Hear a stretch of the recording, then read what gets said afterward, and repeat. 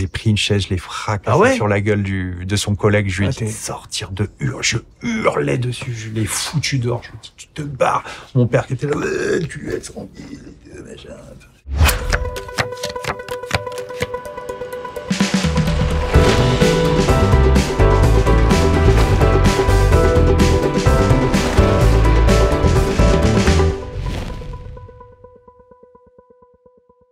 Les amis, cet épisode est sponsorisé par un de mes business, ma marque de bouchons d'oreilles. Je vais vous expliquer le principe. Ce sont des bouchons d'oreilles.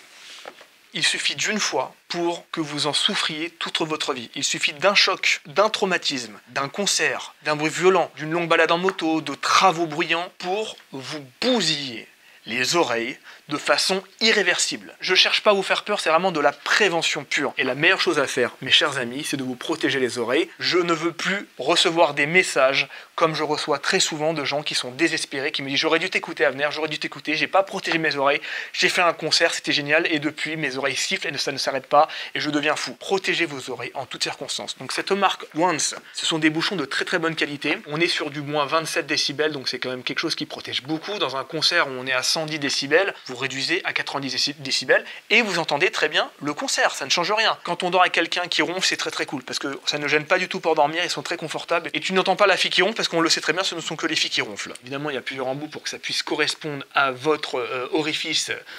Oui. Et bien sûr, je me suis fait un petit kiff, je l'ai fait en format porte-clés pour que vous les ayez toujours sur vous. Et comme je trouve ça un petit peu crade, bon bien sûr, le caca d'oreille, hein, c'est pas très stylé, j'ai fait un truc pour gratter le caca d'oreille. Voilà. Vous avez tout ce qu'il faut sur la boutique. Petit code 10%, naturellement. Il suffit d'une seule fois pour que vous le regrettiez toute votre vie, les amis. Très bon podcast à vous tous. On va pas parler que de ménage. Ah non, bah non, on va parler muscu, on va parler... Ouais. J'ai fait de la muscu, j'ai fait 120 kilos, j'ai été une masse. Ah, c'est toi le mec que Ragnar, il a défoncé alors. Tu faisais 120 kilos. Ouais, 120 kilos. Les gars, bonjour à toutes et à tous, ça va, je suis présentable? Oui, t'es beau. Et d'ailleurs, les veuches, très bien. Ah ouais, mais pourquoi tu m'as dit tout à l'heure que tu voulais les faire, toi, c'est nickel ce que t'as. Mais moi, j'aimerais bien, bah attends, lever de végétal, là. Mais c'est super beau, mec. Par contre, le petite bêtise que tu fais, c'est de les tirer en arrière constamment. Bah, je sais. Tension permanente, c'est ce qu'il me dit mon barbeur, il me dit c'est mort, déjà j'ai une calvasse, mais heureusement que je mesure 2,05 m. Donc tu cherches la calvasse? Non, je la cherche pas. Mais bah arrête, lâche tes cheveux pour voir. Oh là là. Mais c'est super!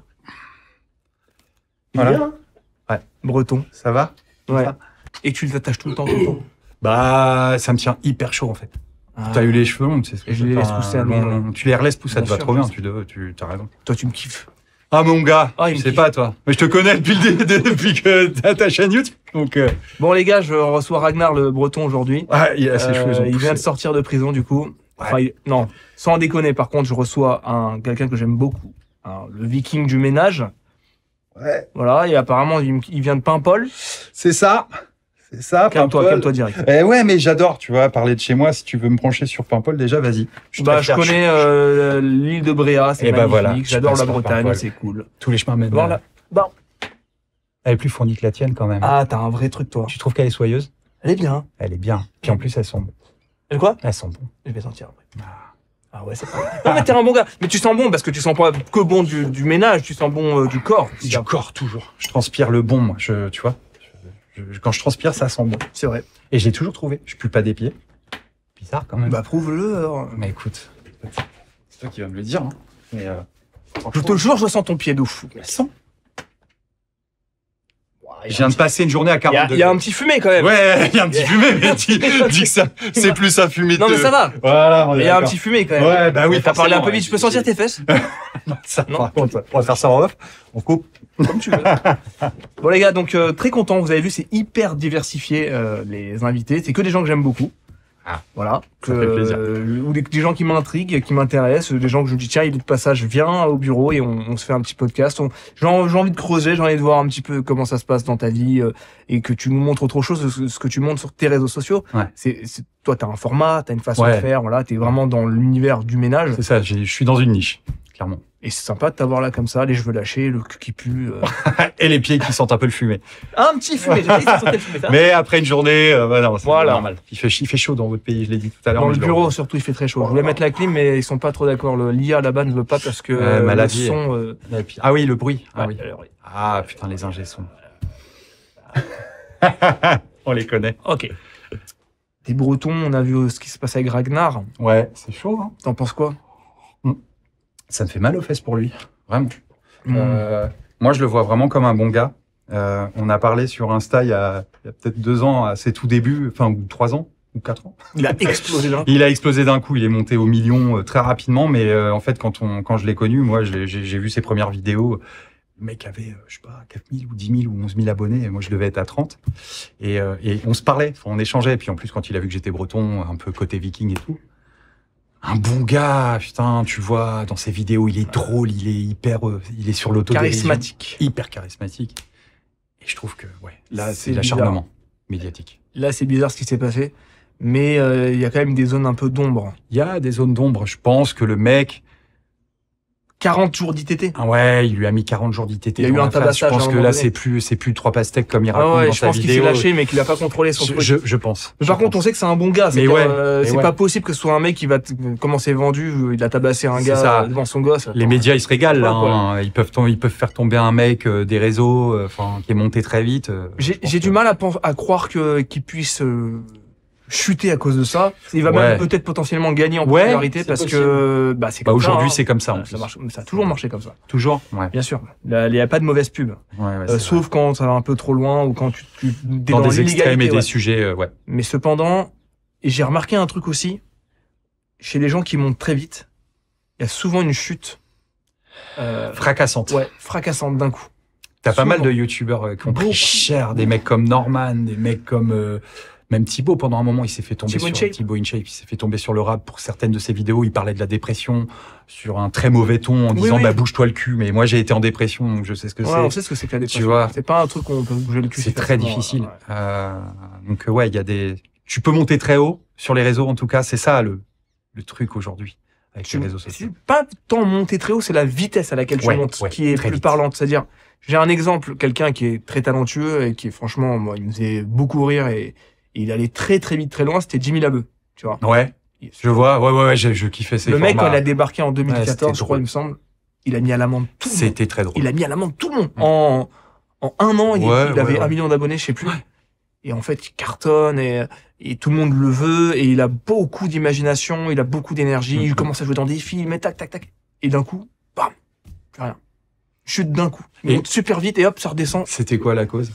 Je sais pas, un amas de trucs, je sais pas, une panoplie d'emmerdement, quoi. D'emmerdement, divorce, peut-être une dépression, peut-être, voilà, et peut-être lui qui a plus envie aujourd'hui, je crois, il fait du son. D'accord. Voilà. Très bien. Fin de podcast?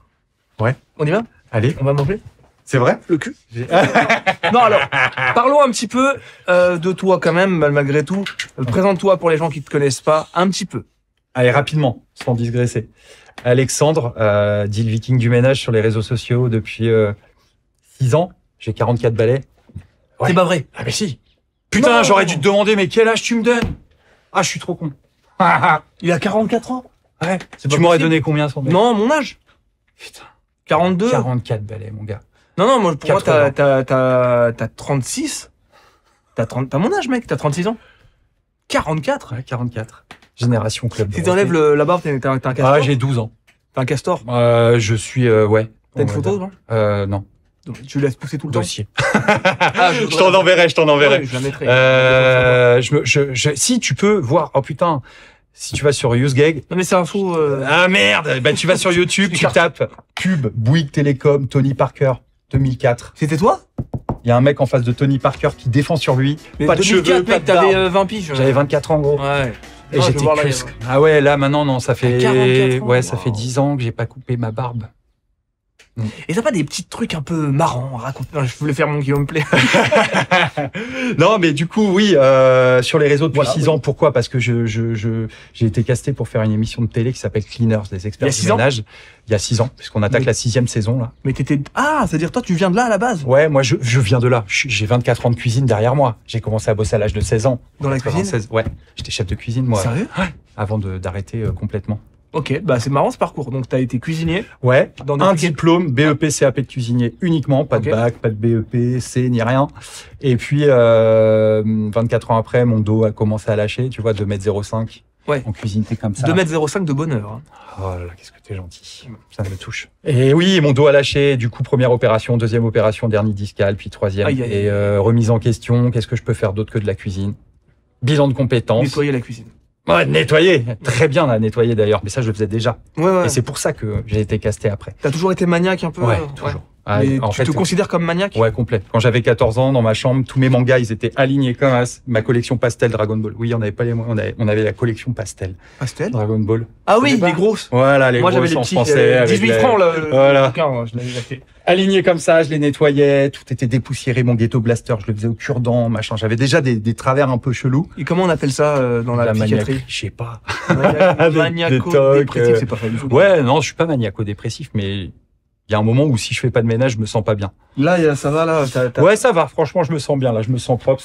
Il y a un peu de poussière. Ouais, bon, écoute, je vais pas rentrer dans le détail, mais franchement, c'est propre. Bah, moi, je pue des yeux, papa. Non, ça va, c'est un léger fumé, j'ai dit. T'as pas senti mon cul, mon pote, mais. Alors, d'accord, donc t'as évolué vers le. Bah, du coup, j'ai passé un master. Ouais.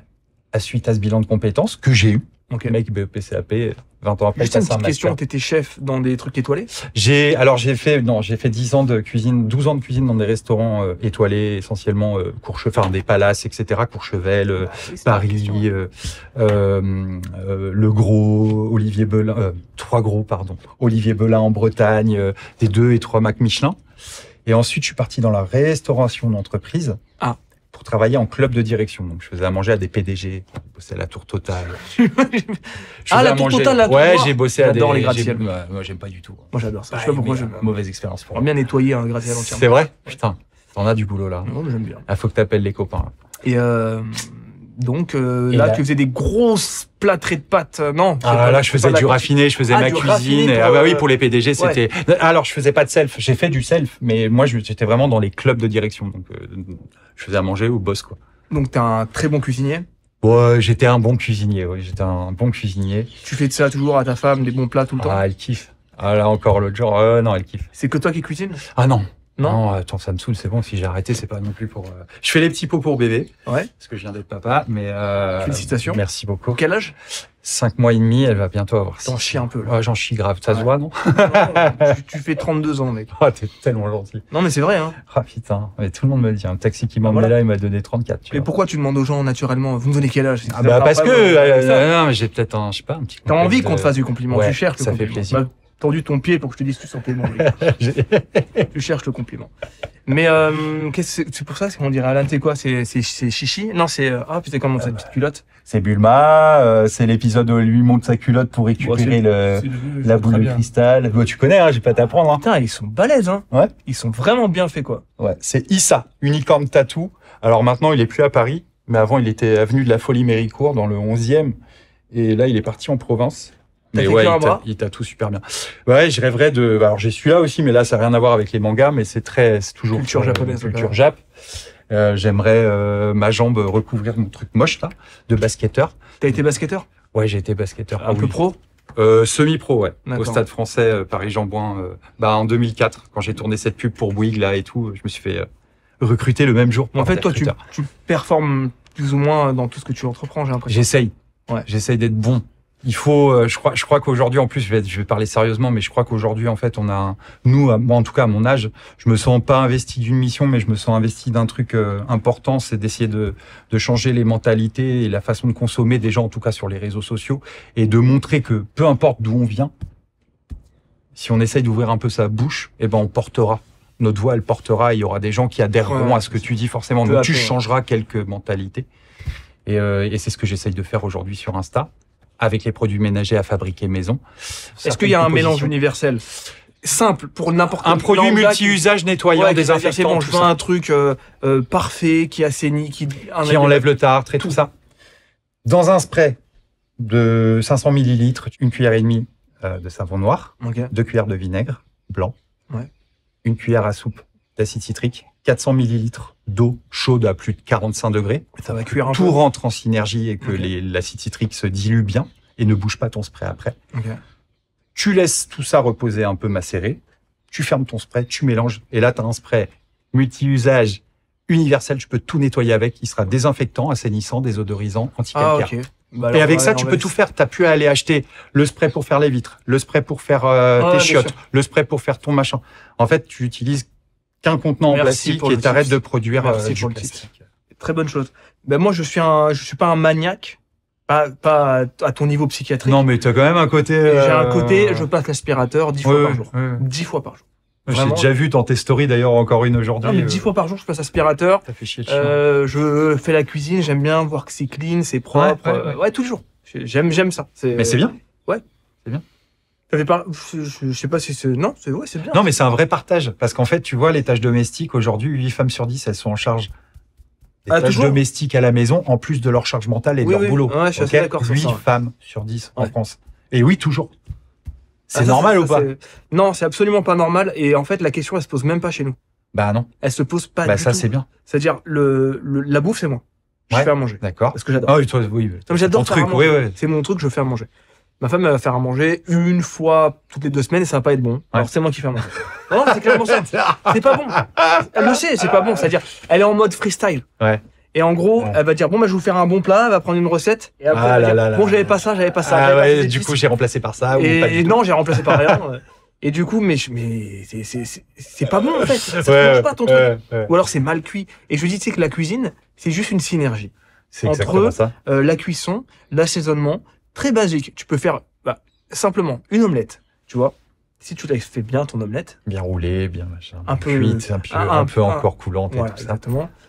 Pile poil comme il faut, avec pile poil de sel et le poivre. Blanche, pas du magnifique. tout. C'est comme ça, tu vois, si quelqu'un sait faire à manger, fait une omelette. Ma femme, si elle fait une omelette, c'est une catastrophe. Tout de suite, c'est une catastrophe. Donc, je fais à manger par respect pour mes enfants et parce que j'adore faire à manger. Et parce que j'ai pas envie de divorcer. Tu l'as séduite comme ça, ta femme? Avec la bouffe? Ouais. Non, on faisait que des restos au début. Ah ouais? Oh, la flemme. Non, je suis un gros kiffeur. Ouais, je sais. Aujourd'hui, non, c'est plus, voilà, je fais à manger. Le ménage, je tiens à le faire. Je tiens vraiment à le faire. Pour quelle raison? Parce que t'as peur que ce soit moins bien fait non, que quand c'est toi? Ah, d'accord. Elle le fait super bien. C'est une portugaise, elle est carrée de ouf. Oh, les préjujés! Non, c'est vrai. Tu sais que des fois, les préjugés, c'est souvent vrai. Ouais, c'est vrai. Bah, presque tout le temps. C'est vrai. C'est pour ça que j'ai relevé. Me sortir une liasse, là, d'un coup, là. Je trouve ça intolérable qu'il y ait des femmes qui aient à faire ça. Logiquement, c'est pas normal. Ma femme, elle a déjà énormément de charge mentale avec les enfants. Pourquoi? Parce que tu le sais. J'ai des problèmes chroniques qui font que je peux pas m'occuper de mes enfants de la façon dont j'aimerais. Quand je vais bien, je m'en occupe à fond. Quand je vais pas bien, je peux pas. T'es obligé de te mettre de côté, quoi. Voilà, je suis obligé, c'est ma vie, elle est comme ça. Et du coup, elle a cette charge. Donc c'est logique que je la soulage à fond sur d'autres choses. Et dès que je peux prendre le relais, je prends le relais à fond. Mais me dire qu'il y a des femmes et qui ramènent de la thune à la maison, c'est ça le délire. C'est ça qui est ouf. Et qui ont toute la charge mentale. Et qui s'occupent des mômes et qui s'occupent du cartable de Kevin. Ah oui, il va à la piscine demain. Ah ouais, t'as appelé la CAF, machin. C'est tout. Moi, je suis en train de me rendre compte depuis que je suis papa. Que ma femme, en fait, elle gère beaucoup de choses, tu vois, et je me dis, putain, mais moi aussi, je vais appeler la crèche pour savoir comment elle va, la petite, à 10h. Moi aussi, je vais appeler la CAF pour savoir qu'est-ce qu'ils foutent, là, qu'est-ce qu'ils attendent pour nous verser ce qu'on nous doit. Nous, on a le droit à que dalle. Putain, je suis auto-entrepreneur, elle aussi, on a le droit à que chi, quoi. Peut-être que c'est par rapport à vos revenus. Ben, justement, non, pas tant que ça, parce que nos revenus, ils sont pas si élevés que ça. Ah, c'est une question, ça. Non, mais je te réponds, justement, et bref. C'est quoi? Je le mets en parenthèse. Ben, mes revenus. Ouais. Là, cette année, j'ai déclaré, parce qu'on devait acheter un appart. On a tout fait pour. Oui, il nous est passé sous le nez. Ouais, votre taux d'endettement. Moi, je me voyais trop beau. J'étais là, ouais, c'est bon. On a fait même pas 60K cette année. Enfin, j'ai fait 60K cette année. À deux? Non, tout seul. Ouais. Ce qui est pas énorme. Bah, pour un influenceur qui cravache, c'est. Je bosse comme un porc. Ouais, voilà, ça. Qui cravache, c'est pas excessivement énorme. Pas excessivement. Et comment t'expliques que tu gagnes pas autant, alors? Bah, parce que peut-être que je sais pas me vendre correctement. Peut-être que j'arrive pas je rêve de monter une chaîne YouTube, puis en même temps, ça me fait super peur parce que je sais pas faire. Je suis pas vlogueur, je suis pas machin, je sais pas faire du montage. Moi, je fais mes montages pour mes tutos d'une minute, 1 minute 30 sur Insta. Mais après, s'il s'agit de faire un truc de 10 minutes, un quart d'heure comme toi, comme From Human to God, comme des mecs que je suis, Nassim ou autre, ou dans d'autres registres que la muscu. Je sais pas faire. T'es entouré, t'as une équipe, tout ça. Moi, ça s'apprend. Moi, j'ai commencé tout seul. Road to Saiyan, toi, t'as dû me connaître au début de Road to Saiyan. Oui, je bloguais tout seul pendant très longtemps. J'ai blogué tout seul. Après, j'ai rencontré Louis et là, ça a changé les perspectives, la dimension, bien sûr. Ouais. Et là, c'est un confort. Je commence à me dire, vas-y. Et ça fait longtemps, moi, que je. Mais je sais, ça fait 10 ans que t'es dans le game aussi avec tout ça. 12 ans. avec mes 2 chaînes. Et de commencer à avoir un endroit que j'ai acheté où je vais commencer à mettre des lights, les accrocher tout le temps, c'est nouveau. Ouais. Alors que normalement, t'en as plein. Très rapidement, ils arrivent à ce niveau-là. Ouais. Parce qu'ils savent que ça marche comme ça. Moi, je suis très long à la détente pour comprendre comment ça fonctionne et comment se faciliter le travail surtout, tu vois. Ouais, t'as un petit côté, alors c'est pas du tout péjoratif, t'as un petit côté feignant. Ouais, Ouais, moi aussi, grave. Bien sûr, je suis un énorme feignant. Grave. Je fais en sorte d'avoir la vie où je travaille le moins possible et de déléguer le plus possible. Mais c'est une forme de... C'est pas je dirais pas que c'est une forme d'intelligence. Si. Si, moi, c'est je une le forme dis. d'intelligence, mais c'est plus une intelligence parce qu'on sait comment on est Ouais, bien sûr. profondément et que Et ça on marcherait joue pas. sur ces forces-là, justement, Voilà, de bien savoir que, mais bien sûr, moi, j'ai pas Peut-être honte quel de signe dire. astrologique? Vierge, Ok, 23 août. 23 août, Et- c'est juste après Lyon, ça. Et toi, t'es quoi? Sagittaire, Donc, ça, c'est Novembre. Fin novembre. Très bien. Ah, je m'attendais à ce que tu gagnes un peu plus d'argent. Tes Ben livres, non, tu vois. c'est tes livres Alors, qui te non, rapportent. pas du tout. C'est pas du tout ce qui me rapporte le plus. Ce qui me rapporte le plus aujourd'hui, c'est mes partenariats. Ouais. Ils sont pas énormes. Enfin, si, t'as quand même des. Bah non, parce que je fais pas beaucoup, parce que je veux pas ressembler à un panneau publicitaire sur mon compte Insta, si tu veux. Ouais. Donc en fait, je bosse avec l'Arbre Vert. J'ai bossé, il fut un temps, avec Aromazone. Qu'est-ce que c'est? C'est des sortes de boutiques dans lesquelles tu vas acheter toutes les matières premières pour fabriquer initialement Très bien. tes cosmétiques, Ça a tes du produits sens, de ça a beauté, du etc. sens, ça a Et du ils se sens. sont mis au truc maison, bicarbonate et choses comme ça. Donc ils m'avaient abordé il y a 2 ans. Mais je ne bosse plus avec eux, tu vois. Donc là, mon seul et unique revenu Insta, machin, là, pour l'instant, c'est l'Arbre Vert et une société de services de nettoyage qui s'appelle Centre Service. D'accord. Et on est en train de développer quelque chose ensemble. Peut-être, enfin, je vais pouvoir faire quelque chose de ma ganache, tu vois. Pas juste, moi, arriver tout le temps à faire du ménage ou des machins, mais enfin vendre mon image, tu vois. Bien sûr. Mais avec ton émission de télé, tu gagnes pas des sous? Bah si, mais c'est pas du tout ce qui me fait gagner ma vie. Je pense pas que je puisse parler du tarif d'une pige. J'aimerais bien, mais Bon, on je pense connaît que plus ou moins. ça peut me causer problème avec la boîte de prod et tout, mais c'est pas du tout ça qui me fait gagner ma vie. Et Et t'as puis j'ai bien pas de faire l'émission statut, j'ai pas eu mon statut d'intermittent. Ah ouais, par contre, c'est un gros kiff d'aider Ah, les t'es gens. pas Je intermittent. suis pas intermittent, j'ai jamais réussi à faire mon statut parce que je ne fais que ce programme télé Ouais. et je fais pas assez d'heures dans mon année. C'est 501. 506 heures 506. et j'arrive à 7, la- pardon. On est à 507. J'arrive à la fin d'une Intermittent de père en fils, non? Ah, t'es intermittent? De père en fils depuis Bon bah voilà, il gère bien les l'an trucs de et grâce, tout. ouais. Moi, j'arrive à 360, 400 heures. Il faudrait que je fasse d'autres trucs à côté. Mais Bah, et pourquoi tu fais pas? Parce que ça changerait la vie, le en statut. Bretagne et tout, Ouais, c'est ça changerait la vie, compliqué. le statut. Et ouais, je sais. Ah, mais grave. T'as chaud. Non. Si, mais pourquoi t'enlèves pas ta super surchemise? Parce que j'ai envie de te séduire. Ah, C'est comme bah, les justement. pans, là, avec leurs plumes. Montre ton corps. Oh, waouh, la Non, bête qui a non, vu la c'est bête. plat, c'est plat, c'est plat. Ah, c'est plat. Oui, bah, c'est ce que tu dis, t'es en sèche là, mais Ouais, vite fait, c'est hein. tôt. Non, c'est bon, j'ai arrêté cette merde. Ah, C'est ça qui m'a rendu fou dans le Ça cerveau. rend ouf aussi. Ah ouais, hein, ça joue sur le système nerveux. sûr. Qu'est-ce que tu penses du milieu des influenceurs? T'es proche un peu de Du ça? tout. Pas du tout. Je me sens pas concerné. Tout à l'heure, t'as employé le mot en me qualifiant, mais T'es pas un influenceur? je suis pas un influenceur. Alors peut-être que j'influence, mais moi je parle de création de contenu. Avec 200 000 abonnés quand même sur Insta, Ouais, c'est énorme. Ouais, mais je me rends pas compte franchement. Et ma commu, en fait, si tu veux, j'ai ma commu. On a démarré la Cleaners a démarré pendant le Covid, début Covid, première saison de Cleaners, Covid. Mais t'étais pas connu avant. J'étais pas connu avant. Ah, d'accord, c'était ça. Moi, J'avais dans ma tourné tête- des pubs, j'étais mannequin comédien, mais j'étais pas connu. Moi, je pensais que t'as fait ta chaîne et ensuite Cleaner a dit hey, dalle. on veut ce mec là. Que dalle. Non. Justement, Ok. c'est le truc C'est qui fait l'inverse. que j'en suis arrivé à. Mais on est 4. Et moi, aujourd'hui, j'ai 200 000 abonnés, tu vois. Toi, le meilleur nettoyeur. Je dis pas ça du tout. Mais si. Tous les 4, Les on a autres, ils ont combien d'abonnés on a chacun nos forces. On a du 48 000, on a du 10 000 et on a une qui est à 90 000. Toi, le champion, mec. Je suis championne. Moi, j'ai jamais réussi à percer sur Insta. Je sais pas pourquoi. Vas-y, je vais te mettre en avant, mon pote. Non, c'est pas une question de ça. Non, mais Non, par mais ça marche contre, plus, ça. c'est mieux de percer sur YouTube, je trouve. Non, c'est-à-dire, moi, je suis stable sur YouTube. Surtout les podcasts commencent à prendre et tout, c'est agréable. Putain, et ça tout. c'est trop bien, ça. Ça fait plaisir. Ouais. Mais sur Insta, j'arrive pas, j'ai plafonné. Donc abonnez-vous, hein, ça me ferait Mais plaisir. ouais, faut s'abonner. En fait, je suis trop éparpillé sur Insta, c'est pour ça que je fais de Mais tout. ouais, tu fais et- ta vie, voilà. c'est vachement story, et puis c'est vachement incitatif à raconter ta vie en C'est story. ça. Donc moi, je suis plus un personnage public Bien sûr. qu'un concept. Ouais. Un concept, tu Ouais. le suis, un personnage public, tu peux te dire, bah, nique ta race, on passe à autre chose. Non, Il y mais a plein de gens qui je disent nique ta race. je suis. Ah, non, Euh, c'est moi qui leur dis, ah. Mais ouais, non, j'ai eu l'émission qui est arrivée, j'ai été casté, tout ça, machin. Ça a démarré en plein Covid, et puis bah comme c'était le Covid, j'avais rien à branler. J'étais dans une maison tout seul à la Cambrousse. Là, j'étais à Gisors, du côté de Gisors. Et je faisais des lives de 3-4 heures. Je faisais de la muscu, je faisais faire du sport. On était 4000 au début. Puis après, on partait sur un blind test. Et en fait, les gens, ils ont kiffé. Ma commu, elle est restée hyper soudée. T'as beaucoup d'énergie, en fait. Ouais. Et l'énergie, ça se transmet. Ouais. Et ça transmet des bonnes ondes, tu vois. Ouais. Et t'es quelqu'un de très énergique, tu vois. Donc c'est agréable. Ça fait du bien, les mecs. Ça peut être saoulant des fois. Bien sûr que c'est saoulant, tu m'as saoulé là. Mais c'est agréable. C'est agréable. C'est-à-dire quand on est dans une période de merde, de Covid et tout, t'as un mec qui est là, il est à fond. Ouais. Ça fait plaisir. Ouais, c'était un peu ça. Et on passait des 4 heures ensemble. Et c'était trop cool. Et même moi, je kiffais, tu vois. Et ça célibataire à ce moment-là? J'étais en fin de vie de couple à ce moment-là. Et c'est ce qui, et après, je suis rentré en Bretagne. Et c'est là que j'ai rencontré ma femme 3 ans après. La femme de ta vie. Ouais, la femme de ma vie qui m'a donné mon enfant. Tu veux d'autres enfants? 44 balais, je vais te dire un truc. Là, je suis en train de morfler ma race parce que elle a 6 mois, Maya Rose. Ah, ma femme a 33 ans. Ouais, mais. Elle en veut un deuxième. C'est bien. C'est un sujet. Mais tu verras que moi, quand j'ai eu la première, j'ai dit plus jamais et j'ai fait la deuxième.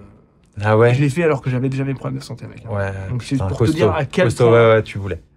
C'était important pour ma fille d'avoir un petit frère ou un petit frère. Ouais, mais tout le monde dit, c'est important. Je me dis, je peux pas la laisser toute seule. Je veux pas te culpabiliser. Non, mais même quoi qu'il arrive, s'il arrive un truc en plus à un des parents ou quoi, c'est toujours mieux d'avoir, bien sûr. Tu viendras naturellement, et si tu viens pas, ne culpabilise pas, mais tu viendras naturellement. Mais je pense que ça va se faire. Ouais. Mais c'est dur, c'est très dur. Ouais, c'est dur. Déjà, c'est très dur. Ça va aller. Vers ces 1 an, ça va commencer à se calmer. C'est gentil. Ça va décanter. C'est gentil. Sauf si c'est un taré comme toi. Ouais. Et est-ce que tu penses que le ménage pour toi c'est un truc où tu guéris de quelque chose ou c'est plus Ouais. Genre t'as un truc, une blessure? Ouais, je vais te raconter. Enfin, tu sais quoi. Enfin, moi, mon enfance, mon adolescence, j'ai grandi à Paimpol. C'était compliqué à la maison, tu vois. On a tous nos soucis, tu vois. Mon papa, c'était un peu compliqué. Il y avait des soucis d'alcool, tu vois, pendant une certaine période de ma vie. Moi, j'ai 2 grands frères. En Bretagne, c'est étonnant. Ouais. Et il était douanier. Le douanier? Ça existe encore d'ailleurs. Tu sais, les douaniers, ceux qui peuvent totalement contrôler ta voiture, te fouiller sans l'autorisation, alors qu'eux, ils sont sans qu'il y ait les gendarmes alcoolisés à fond. Alors qu'eux, ils ont le pack de crocs dans le coffre et puis la bouteille de Rick-Muche. Mais ouais, donc du coup, quand je me suis retrouvé tout seul avec mes 2 parents à la maison, j'avais 12 ans. T'avais des frères et sœurs? J'ai 2 grands frères et une grande sœur. Okay. Donc ils sont tous partis au compte-gouttes. Okay. Et je me suis retrouvé à l'âge de 11-12 ans tout seul à la maison avec mes 2 parents. Mon père est de 43, ma maman est de 47. Donc tu vois, ils ont déjà un certain âge. Et donc mes parents avaient un certain âge déjà quand ils m'ont eu. Ils sont toujours vivants? Ouais. Et puis c'est mon héros. Tout l'alcool Ah oui, mon père il a arrêté de boire. Okay. À un moment donné, en 2015, il a monté un club de basket. Il a tout fait pour moi. Une rédemption, 1m83. Mais il est âgé, tu vois. Et du coup, c'était compliqué. Et, moi, j'étais un gamin introverti. J'avais pas beaucoup de potes. J'étais une bonne poire. Je me faisais péter la gueule tout le temps. Malgré tes 2m05 de je mesurais pas 2m05 quand j'étais gamin, mais j'étais plus grand. On me prenait pour le prof sur les photos de classe et tout, tu vois. Ouais. Bref. Et du coup, je passais beaucoup de temps dans ma chambre à dessiner mes posters de Trunk, de Gogeta, de tout ça. Par contre, je dessinais super bien, putain. Et je nettoyais mes mangas. Je t'ai dit, je lisais beaucoup mes mangas et tout. C'était mon refuge. Tu dessinais que des mangas?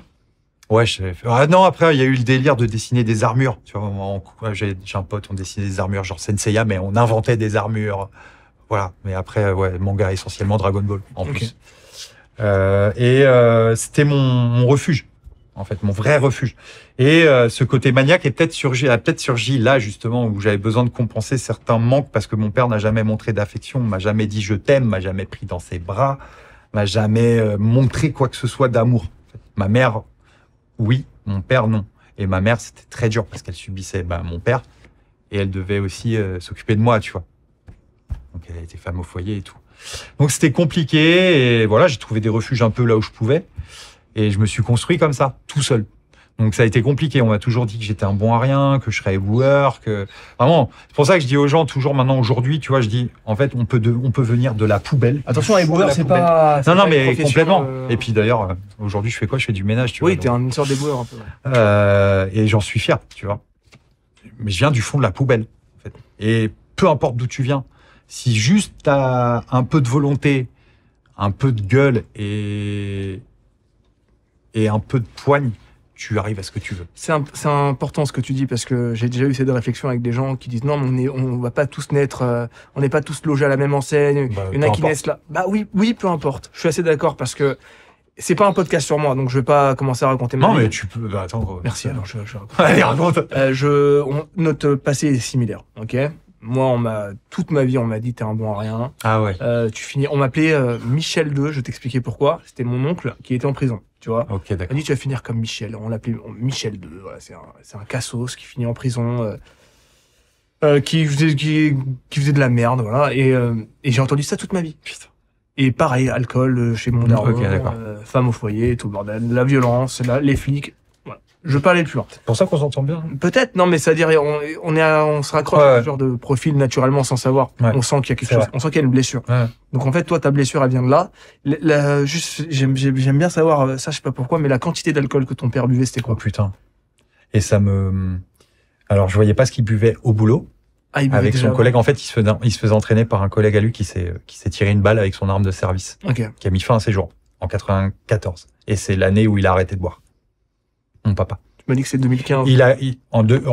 Non, le club de basket, non. 1995. 2015, c'est il y a pas longtemps. Non, Oui. non, je reviens. Mon papa a monté le club comme une rédemption en 1995. Ah, ok. Parce que je me faisais virer de tous les collèges où j'allais jouer le week-end. On n'avait pas de terrain de basket à Paimpol. Ils connaissaient pas le basket. Nous, on était Jordan à fond. Et donc, du coup, quand il a arrêté de boire et tout, il s'est un peu occupé de moi à nouveau. Et c'est là qu'il s'est dit, il allait voir la mairie. Mon gamin, il se fait virer avec ses copains de partout où ils vont. Comment ils font pour jouer au basket? Ils ont envie de jouer au basket. Il y en a pour le foot, il y en a pour le rugby, l'athlétisme à Paimpol, la natation, mais pas le basket. Et du coup, ils ont dit à mon père, il faut monter une association pour pouvoir avoir accès à des gymnases et pouvoir jouer dans un gymnase. Et il l'a fait. Et du coup, il a été président du club de Élan Basket Paimpolais pendant 20 ans. Et le club existe toujours. On a fêté les 30 ans. En parallèle de son métier? Ouais, en parallèle de son métier. Donc, je le voyais, mon père, quand il a arrêté de boire, mon père, c'est devenu c'était déjà une machine de guerre. C'est-à-dire qu'il rentrait du boulot, il faisait ses heures, il arrivait, il s'occupait des calendriers du basket, les licences, prévoyait les matchs pour le week-end, il appelait les parents, machin, truc. Il y avait 3, 4, 5, 6 équipes, tu vois. Il y avait des cadets, des minimes, des machins. Et il faisait tout seul, il voulait pas déléguer, quoi. C'était un monstre. Et la quantité d'alcool, du coup, quand il picolait, par contre, c'était alors, mon père, ses alcools, c'était le vin rouge, le Ricard, Ricard ou pastis Ricard, et la bière. Ok. C'était les 3 alcools. Il buvait pas d'alcool blanc, il buvait pas d'alcool whisky, etc. Par contre, c'était, il pouvait s'envoyer ses 2 bouteilles de rouge dans la journée, facile.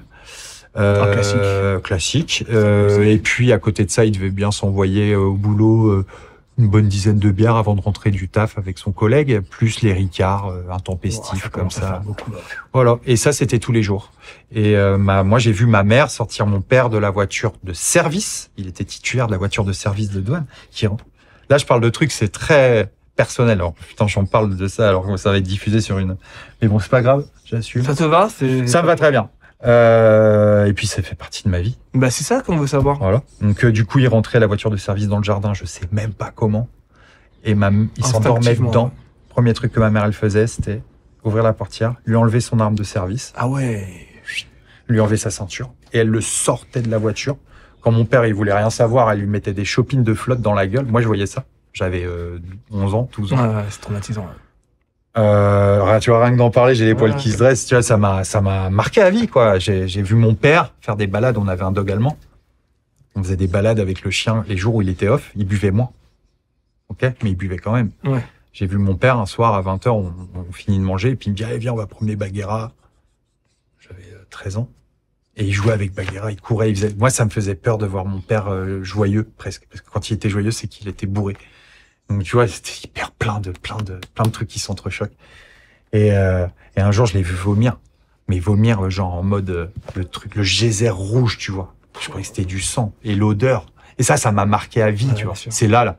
Ah bah, l'odeur, le geyser, le truc. On l'a, le ménage, là. Je pense. Il était violent ou pas? Non. Non, pas du tout. Et il fallait pas, je pense. Ouais. À mon père, tu vois comment je suis. Mon père, c'était large. Tes mains, mon gars, c'est des battoirs. Enfin, il m'en mettait. Il avait pas besoin, en fait.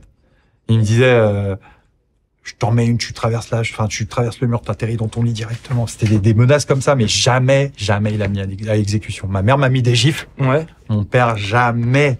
Il n'était pas violent envers ta mère? Ni mes frères et sœurs. Mes frères et sœurs ont mangé plus que moi. Ah ouais?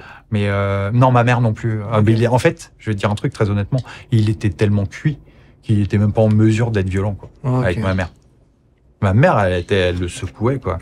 Par contre, moi, j'ai été violent à un moment, j'ai pété un plomb un jour, à 14 ans. Sur ton père? Peu de temps avant que... Non, sur son collègue qui le faisait boire. Ah ouais? Pour moi, c'est son collègue qui le faisait boire. Tu vois. Mon père était vachement influençable. Ils sont arrivés un jour en plein service, l'après-midi, à la maison. Je rentrais de l'école, il était 4h30. Ils se sont installés, ils étaient bourrés. Ils se sont installés à la table, il a sorti la bouteille de pinard. Ils se sont servis des verres. Et puis, tu sais, ils calculaient pas. Moi, j'étais là. Enfin, ma mère, elle faisait ce qu'elle pouvait, machin.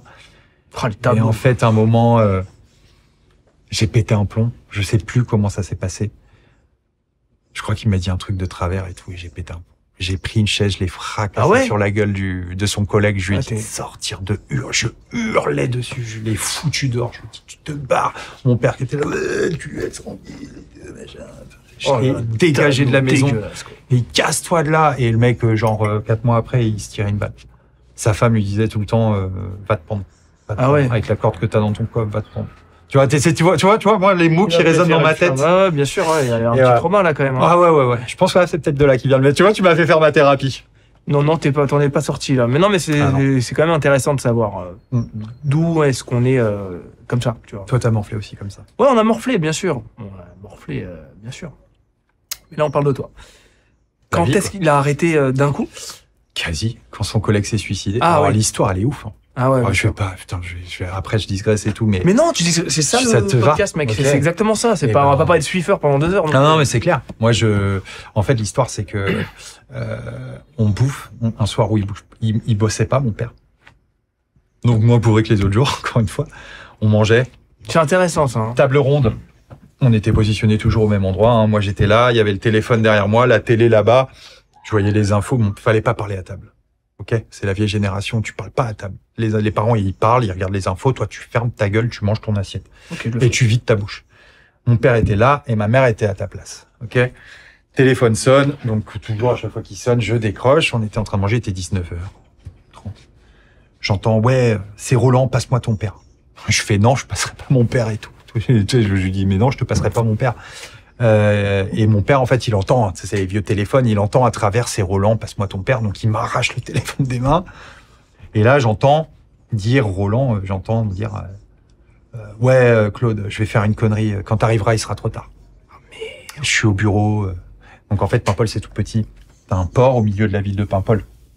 Et moi, j'habitais d'un côté du port, et le truc de douane était de l'autre côté du port. Et en fait, mon père, je l'ai jamais vu rouler aussi vite Il a dit, fais pas le con, Roland, j'arrive tout de suite. Non, il sera trop tard, machin. Non. Moi, j'étais là, mais qu'est-ce qui se passe? Ma mère monte avec mon père dans la voiture. Il décolle pleine trombe et tout. Et en fait, ce qui s'est passé, même moi, j'ai entendu. J'étais dehors. Du coup, ma mère, entre-temps, elle a appelé ma sœur, tu vois, du bureau de douane pour lui dire de venir s'occuper de moi à la maison. Il y avait pas les portables et tout à l'époque, ça existait pas, tu vois. Et en fait, j'étais sur le palier de la porte à l'extérieur et j'ai entendu la détonation. Oh là là. À l'autre bout du port, hein, on était à 1 kilomètre. J'ai entendu le pétard, quoi. C'était des Smith & Wesson, leurs armes de service. Et en fait, mon père aussi dans la voiture, ils l'ont entendu sur le port. Et en fait, il s'est tiré une balle. Ma mère, elle m'a dit, c'était c'était gore, quoi. Elle a lâché tout le repas dans le port, elle a vomi. Peut-être qu'il a explosé. Mais en fait, il avait un tout petit trou là, et puis son cerveau était par terre. Non, il s'est tiré là? Ouais, il s'est tiré là, et en fait, ça lui a ouvert la boîte comme ça. Le cervelet, en fait, tu tapes le cervelet, tu claques. Là, en fait, tu peux te claquer, mais tu peux aussi te rater, quoi. Tu vois, si tu passes en dessous de ton cerveau. Ouais, ça, c'est cervelet. Oh, putain. Mais lui, il s'est tiré là. Là, tu peux ne pas le... Là, tu peux te rater complet et te défigurer à vie. Ouais, et ça, Elephant Man. Je ne suis pas un animal, je suis un être humain. Et lui, il s'est tiré là. Et en fait, il avait le crâne ouvert comme ça, les bouts de cervelle par terre. Ma mère me raconte ça, 1 an après. Je te fais du pied. Ouais, mais avec plaisir. Vas-y, c'est bien. Et du coup, il n'était pas mort quand mon père est arrivé. Non. En fait, il était assis contre... C'est lui qui avait la voiture de service cette fois. Il était assis par terre, la portière conducteur ouverte. Donc, assis par terre, avec imagine le siège dans son dos, quoi. Il était comme ça. La moitié du crâne éclaté et tout. Et ses mains, en fait, il regardait mon père comme ça. Et ses mains, elles grattaient les graviers, tu sais. T'es sûr que c'était pas juste ses nerfs, quoi. Non, parce qu'il c'était parlait. nerveux. Il essayait de s'exprimer. Et en fait, il est mort dans la nuit. Il est resté, je sais plus, 6 heures comme ça. 5 ou 6 heures. Mais il fallait l'achever, le mec, là. Et il s'est raté, en fait. Hein. Il s'est raté, mais il s'est eu quand même, tu vois. Enfin, voilà, il a pas souffert, le mec. Ah ouais, il a souffert. De ouf. Je sais même pas. Après, si c'est la partie de la sensation du cerveau, là, qui est partie ailleurs, peut-être qu'il a rien senti. Je sais pas, il y a vraiment un bout de cerveau qui Ouais, ma mère, elle m'a dit, il y avait des morceaux de cerveau partout. Et de boîtes crâniennes, enfin, un truc, tu vois, la scène Pulp Fiction, dans le fond, dans la bagnole, où, voilà. Et bah, pareil. Il y en avait partout, des petits bouts partout, machin. Et en fait, de ce jour, mon père, il fumait des roulés. Ouais. Des barouches. Mon gars, il se roulait des cigares. Mais ce jour-là, bah, ça a mis peut-être 2 semaines. Il a tout arrêté. Incroyable. Mais genre, pas arrêté en se disant jamais plus je touche une goutte d'alcool. Mon père, aujourd'hui, il boit le midi ses 2 verres de vin rouge après manger en lisant son journal. Et le soir, il lit le reste de son journal en mangeant sa pomme. Il mange une pomme à chaque fois. Mon père est très sain maintenant. Et ses 2 petits verres de vin rouge le soir. Voilà. C'est des petits ballons. Et il gère son truc comme ça. C'est clean. Voilà, tu vois. Et il a fait ça directement après avoir arrêté de boire. C'est ce qu'il a engagé comme procédure. C'est bien. Il a arrêté de fumer. Il s'est acheté un paquet de Nicorette. Tu sais, les chewing-gums, ouais. Pour t'aider à arrêter. Il en a bouffé une. Il l'a recraché. Il a dit c'est de la merde. Je vais arrêter à l'ancienne, quoi. Ouais. Un putain de mental, mon père. Bah, franchement, c'est-à-dire, le gars, il a un peu sauvé, quoi. Ouais. C'était son pote de ouf? Ah, c'était son meilleur ami. Enfin, c'était son meilleur ami. Quand il est arrivé en Bretagne, on est arrivé en 85 en Bretagne. Moi, j'ai été conçu, pondu en Alsace. On n'a rien d'alsacien. C'est juste que mon père, quand il a été douanier, la première mutation qu'il a eue, c'était en Alsace. Et il a très vite fait sa demande pour revenir en Bretagne. Donc, de 80 à 84, on a vécu là-bas. Et puis après, on est arrivé chez nous. Sacrée histoire, hein. Ouais. Donc ça, c'est ton gros trauma de ton enfance. Je pense que c'est mon gros trauma, ouais, tu vois. Et j'en parle à très peu de monde. Alors là, putain, maintenant, tout le monde est au courant. Bah oui, tu vois, je suis content que tu l'aies raconté. Ouais, tu m'as fait parler. C'est bien, c'est cool. Bah, tant bien. Ça me fait du bien. Tu sais que ça m'a fait plaisir. À chaque fois, j'ai plein de questions et laisse tomber, tu vois, je regarde. Ça se fait tout seul. Mais toi, je savais que ça allait être plus spontané, ouais. Ah, c'est cool. Enfin, je sais pas si c'est cool. Si, c'est super, mec. Ça fait plaisir. Donc voilà, là, tu t'estimes que t'as bien réussi ta vie, du coup. Là, actuellement, où t'en es, est-ce que t'en chies encore? J'en chie, ouais, financièrement. Est-ce que t'en chies financièrement? Bah, écoute, moi, je suis marié depuis quelques mois. T'as fait un mariage cher? Non, que dalle. On a fait ça en mode, il y avait la maman de Babe, je l'appelle Babe. Oui, on s'appelle Babe tous les deux. Oui, on s'appelle Babe. Il y avait sa maman, sa sœur, son beau-frère et quelques-uns de ses neveux. J'adore ton pied. C'est pas mon pied, là, c'est mon zizi. Ah putain, c'est ta 3e chambre. Alors on va le voir ressortir par là. Et moi de mon côté, il y avait ma sœur, mon beau-frère, mon papa, ma maman, et il y avait aussi sa grand-mère. Tu vois, on était très très très peu. On n'a pas fait de repas, on a juste fait la cérémonie à la mairie. C'est bien parce que je trouve que c'est une connerie de mettre moi je sais pas 40 000 euros dans un mariage. Ma sœur, elle a fait ça, elle a divorcé juste après. Oh là quel là, intérêt. En plus. Aucun intérêt. Laisse tomber, au moins là, pas de regret. Tu peux divorcer tranquillement, mec. Voilà. Non, mais ce que je veux dire, c'est que on l'a fait parce que moi, je lui ai demandé en fiançailles dès la première année, ma femme. J'en suis amoureux. Pour moi, j'ai 44 ans, tu vois, j'ai fait ma vie, j'ai roulé ma bosse, on va dire. Et là, pour le coup, et je sais, tous les mecs disent ça, mais moi, je sais que moi, je suis droit dans mes bottes. Et je sais très bien que ma vie, elle est faite. Ça y est.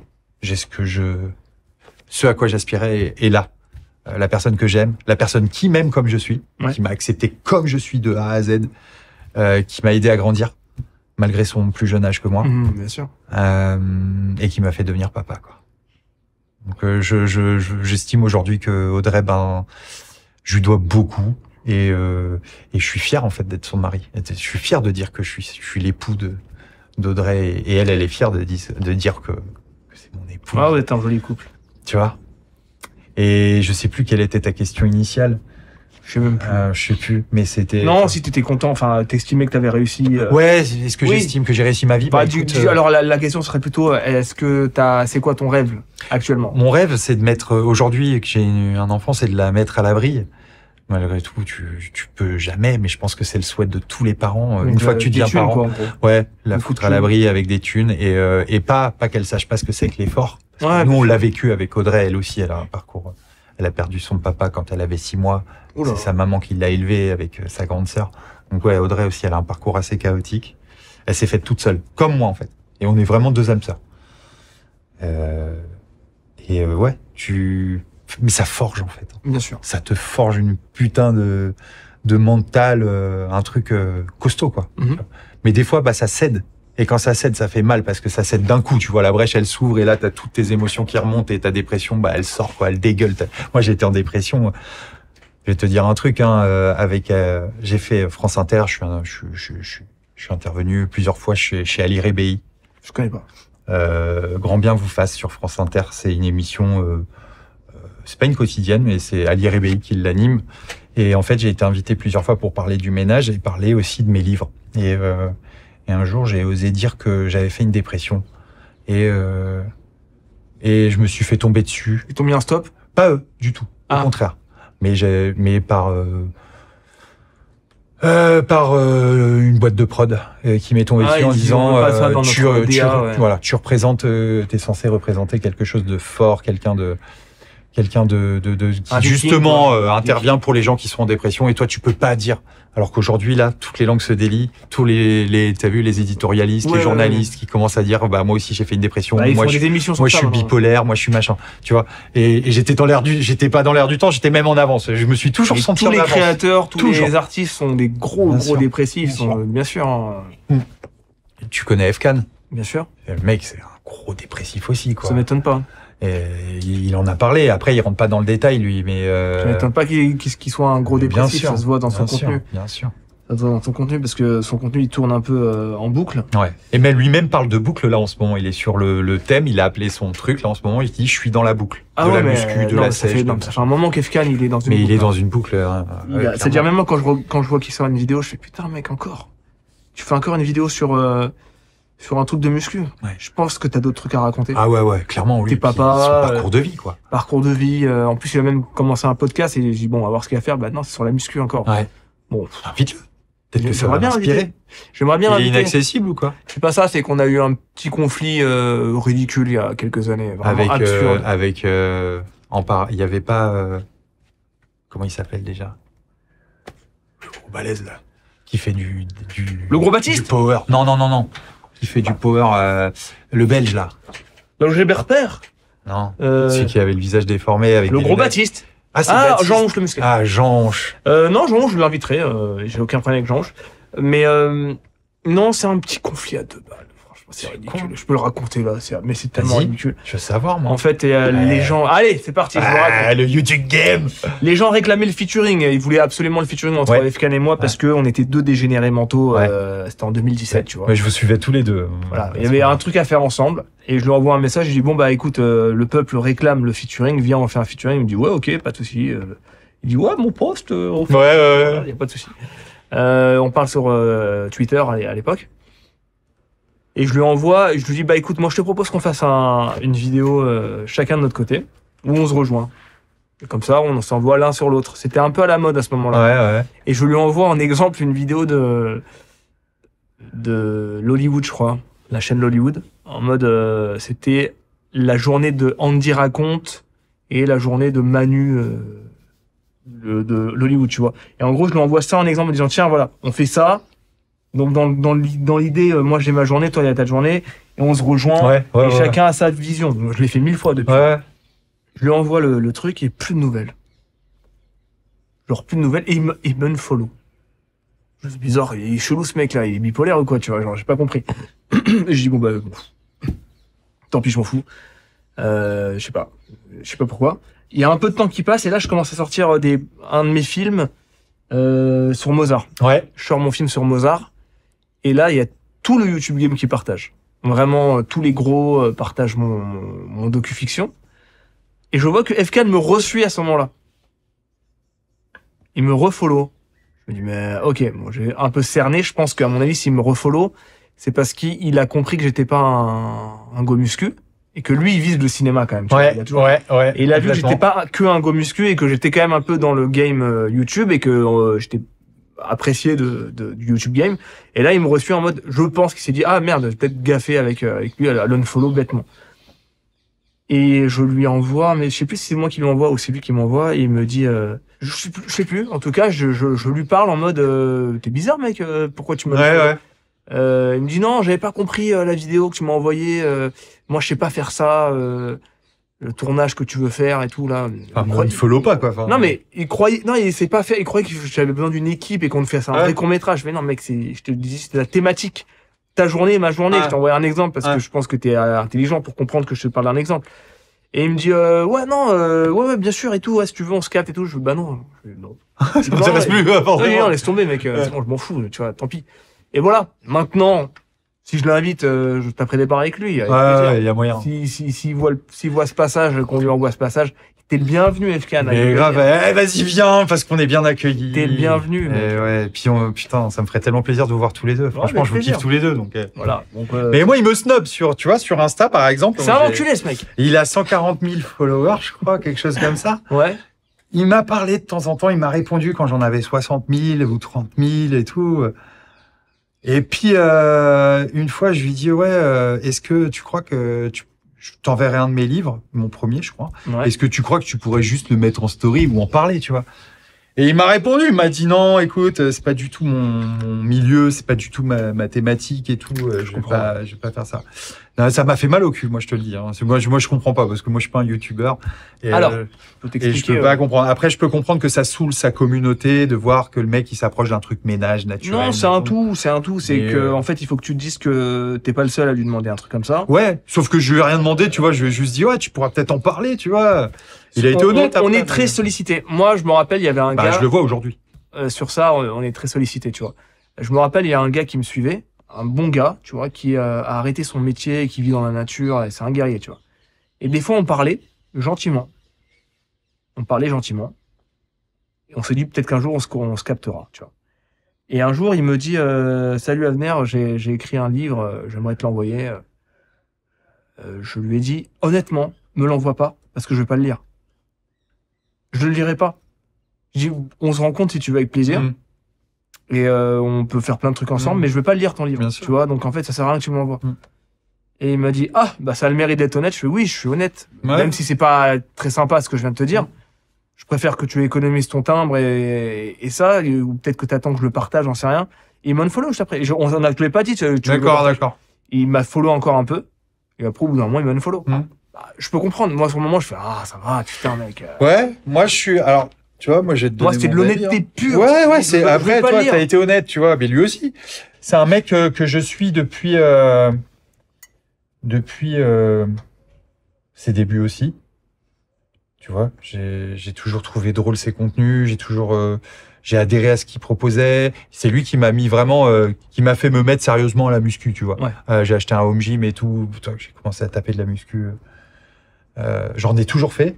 Mais c'était très spécifique, basket, tout ça, machin.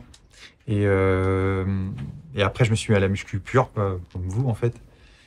Et voilà. Et en fait, j'aimais ses contenus, tu vois. C'était ses tout débuts, putain, quand il, je pense qu'il était, je pense que voilà, quoi, hein.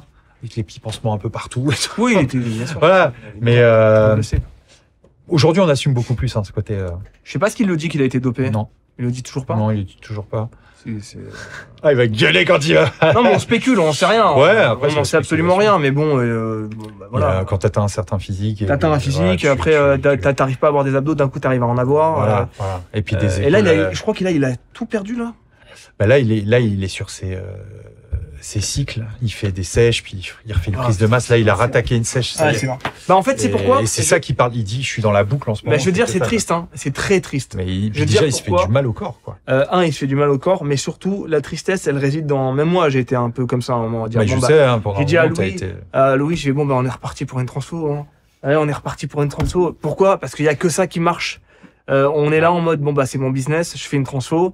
Je fais du contenu autour, je fais du contenu un peu comme j'aime faire aussi à droite à gauche en France et tout. Mais c'est surtout l'aspect, je vous montre une transfo parce que mais les gens, c'est ce qu'ils veulent, quoi, tu vois. Ouais, et ben j'ai dit stop, j'ai dit j'en ai marre. Mais je te comprends. J'ai dit c'est bon, stop, j'en ai ras le cul, je fais du sport pour moi. Exactement. Vous sortir un physique, un de ces quatre, vous allez dire ah putain, pas mal. Mais c'est fini. Ouais. Maintenant, je veux faire du podcast, je fais du podcast, je veux faire montrer des trucs sur la société, je fais ça. Je trouve que c'est vachement plus nourrissant. Ouais, ça fait du bien. C'est bien. La boucle, elle est infernale. Ouais. Plus d'inspi, mec. Ouais. Je n'ai plus d'inspi. Je n'ai plus d'inspi. En termes de ménage, ça va arriver tôt ou tard, hein, tu vois. Voilà, c'était une question.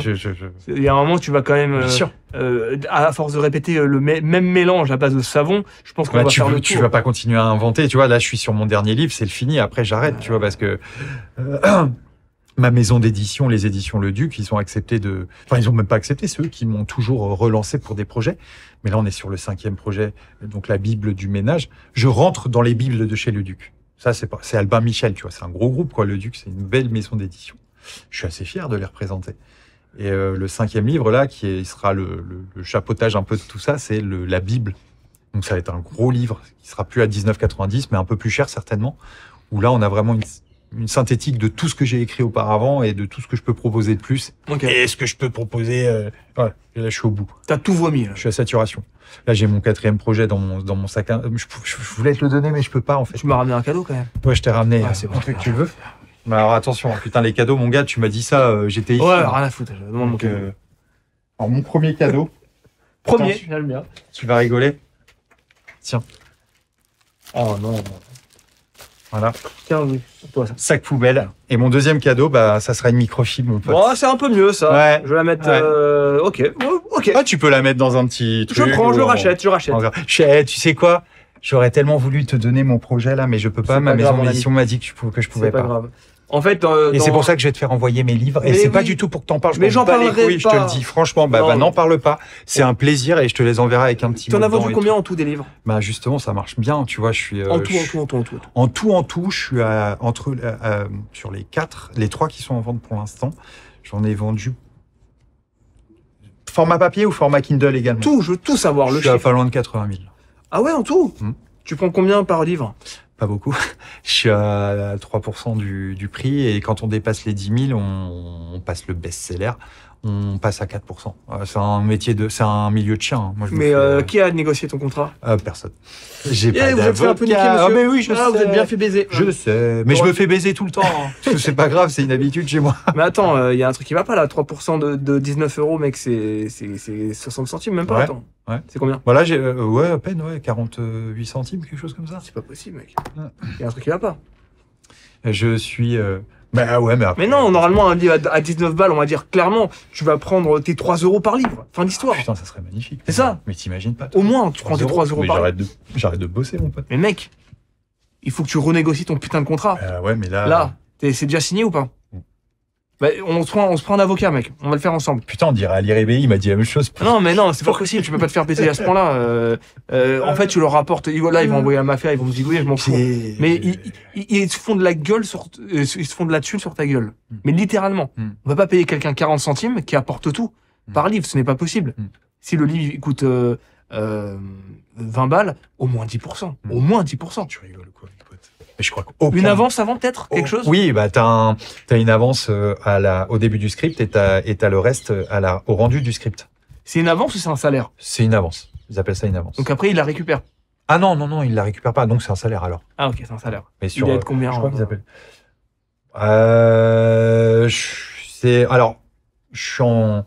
Je suis auteur, tout ça, mais j'ai une co-autrice qui écrit avec moi, qui s'appelle Alix Lelièvre, qui elle a vendu plus d'1 million de bouquins déjà. Okay. Tu vois, elle est là-haut. C'est sa job. Et elle, c'est mon mentor. Elle m'a tout appris au niveau de l'écriture et tout, comment structurer un livre et tout. Je suis très fier d'écrire avec elle. On se partage c'est pas chacun, on prend tant. Il y a tant et vous prenez la moitié chacun. Le chiffre, quel est le chiffre? 3000. Par livre? 1500 au début et 1500. Par livre? Ouais, par livre. C'est que putain. Ah, ça m'énerve. Ah, ça m'énerve, mec. Et pour des livres qui marchent, tu vois. Tu sais que je me faisais un avis. T'as vu, ça marche bien. Regarde. C'est génial. Nickel. Je voyais des traces de doigts depuis tout à l'heure. Et alors, tu vois. C'est quoi, il est spécial? C'est des microfibres un peu plus chères que les autres. Ah ouais. Tu vois, comment on reconnaît une microfibre de qualité? Spontanément, je l'ai nettoyé, c'est magnifique. Regarde les bords tissés. Oui. c'est gage de qualité dans une microfibre. Ça veut dire que déjà, celle-là, quand tu vas la laver à froid, et surtout quand tu vas la laver, elle va pas trop dégueuler de microparticules de plastique dans le tambour, parce que c'est du plastoc. Hein. Ah, c'est Okay. C'est fabriqué à base de fibres de plastique et tout. Mais regarde la qualité du essuie-glace. T'as pas besoin de produits, t'as pas besoin de machin, de trucs. Donnez-moi tous vos Tiens, vas-y, avec plaisir. Moi, je transpire trop. C'est vrai plaisir, cette histoire. Et en fait, moi, je me faisais un avis sur toi. Je me suis dit, putain, lui, il sent le pognon, lui. Ah ouais? Ouais. T'as eu iPhone 16, je l'ai acheté cash. C'est la première fois que j'ai Tu acheté. vois ta femme? Ouais, elle est très très jolie. Elle est belle. très très adorable. Ouais. Non, je me disais, il sent le pognon dans le sens, ok, c'est un businessman qui fait du ménage. Il a trouvé un truc et là, je veux pas dire déçu, mais je suis triste pour toi. Mais ouais, Ça me contrarie vraiment de savoir que tu te fais un peu niquer. Ah, je me fais. Et même quand tu m'as dit qu'il refusait 10 000, dans la tête, mais s'il a refusé, ça doit être un 30, un 40 000. Parce que 10 000, ce n'est pas tant que ça pour ton audience. Non. Pour une OP, c'est pas tant que Non. ça. Je te le dis. Hein. Ah ouais? Non, c'est pas tant que ça. Je t'enverrai mon kit média, tu me diras ce que t'en penses. Je pourrais un peu t'aider et t'orienter. Ta femme, c'est ton agent. Oui. Mais elle a appris sur le tard, voilà, elle est comme moi, tu vois. Disons que je te dirais c'est quoi ta valeur. Si on te propose des choses, je te dirais c'est quoi ta valeur. Et je pense que ça vaut le coup de renégocier ton contrat pour ta Bible. Je sais pas, t'en es où dans... Bah là, c'est trop avancé. Eh ben, tu leur dis de bonne foi alors. Tu dis de bonne foi, je vous ai quand même rapporté 80 000 ventes. De bonne foi, augmentez-moi un petit peu parce que là, c'est beaucoup de travail pour rien en fait. Ouais. Parce que t'en as vendu 80 000. Là, c'est des formations professionnelles. On va dire que tu prends 45 centimes par livre. Ouais. 0,45 fois 80 000. 36 000 euros. C'est à peu près ce que j'ai touché depuis le début en droit d'auteur, ouais. C'est pas beaucoup. Pour tous ces livres, c'est pas beaucoup. C'est-à-dire, on dit, ouais, 38 000 euros, c'est bien quand même, mais non. Là, ce mois-ci, cette année, j'ai touché, ils sont tombés. L'année dernière, j'ai touché plus avec 2 livres, parce que le deuxième marche super bien. Cette année, j'ai fait pas loin de 10 000. Voilà. Non, il faut. 3 livres, on est dans ces eaux-là. Il faut que tu sois allé à au moins 7-8%, au moins. J'ai essayé, hein, mon pote, de négocier au début et tout, de dire non, mais il n'y a pas moyen de négocier. Ah non, c'est comme ça, le monde de l'édition, tu sais, c'est comme ça. Ah ouais. Bah, il faut négocier une plus grosse avance à ce moment-là. Au moment où tu en as bien vendu un, tu dis bah non, vous allez me payer plus que 1 500, vous allez me payer 10 000 euros pour juste l'écriture du livre. Ça prendre ou à laisser. C'est comme ça que ça marche. Hein. Ils vont dire oui, bon d'accord. Ça marche. Hein, Bon, écoute, putain, moi qui croyais que j'étais une grande gueule. Mais non. Là, je suis en train de prendre une leçon. Mais, oui, il faut négocier. Il faut toujours négocier. Et quand quelqu'un te dit non, c'est comme ça, tu dis bah ok, bah je vais ailleurs. Il va dire rasseyez-vous, on va trouver un... Tu sais que ils m'ont contacté, le Duc, en 2019. La Rousse m'a appelé 15 jours après. T'es trop content, je suis sûr. Je suis très content. Oh, putain, je suis content que tu sois content. Mais j'aurais tellement voulu t'apporter autre chose. Mais non, mais c'est génial, c'est ça. Non, mais je vois les trucs qui t'ont ramené les gens et tout. Je suis là, mais je fais pas le figure, quoi. Mais non, on s'en fout. Masters of Universe et tout. T'es fou, Musclor, mon gars. Musclor. Le truc des labradors que t'as posté l'autre jour, là, où le popcorn, je sais pas, qui ressemble. C'est drôle ton truc, là. Oui, c'est marrant. Je sais plus, t'as dit, ils ont fait la même chose avec, je sais plus. Avec un croissant, c'était un peu plus troublant. Le croissant était bien plus troublant. Ouais. Ah ouais. Ah là là, écoute, mon ami, je suis content de la conversation qu'on a eue. Ouais. Ça a pris une direction. Et en fait, je suis content qu'on ait pu parler sur ton enfance. Ça, c'était plus ça qui m'intéressait. Je peux te dire que j'en parle pas de mon enfance. Nulle part. Ça, sur Insta, ma commu. L'exclusivité. Vraiment. Merci. De rien. T'as passé un bon moment? Plaisir. Ouais. Et excellent, les gars. Franchement, trop bien. Bon, je suis content. Ça serait bien qu'on se revoie un de ces 4 et qu'on mange ensemble. Avec un immense plaisir. Et qu'on passe une... Quand tu repasses à Paris, parce que t'es dans le coin, tu me dis et tu viens à la maison. C'est vrai? Bah oui, bien sûr. Oh putain, le privilège. Avec plaisir. Avec un énorme plaisir, mon pote. Merci beaucoup. Merci à toi. Je pense que ça fait plaisir. Les amis, du coup, voilà, diversifié une fois de plus, parce que ça fait plaisir. Et ce sera toujours diversifié, un peu comme Légende. Voilà. Concurrent direct de Légende, c'est moi. Je le dis, c'est mon projet. Avec plus de sincérité et peut-être... T'as pas un petit truc marrant à raconter, un truc drôle? Un truc drôle, un truc marrant. Non, mais c'est Légende, il fait ça à chaque fois. Un truc marrant, un truc drôle. Non, c'était... c'est bon. T'inquiète. Ok, ferme ta gueule. À la prochaine, n'hésitez pas à le suivre sur son Insta, vu qu'il a que Insta, et moi aussi, ça me ferait plaisir, à liker, à partager, à commenter, c'est ce qui fait que ça marche. Ouais. Et je vous dis au prochain podcast, avec grand plaisir. Et vous apprendrez à le connaître sur Insta parce qu'il délivre des trucs de sa vie tous les jours et franchement, ça fait plaisir. Salut les amis. Merci l'équipe. Merci les mecs. Merci beaucoup.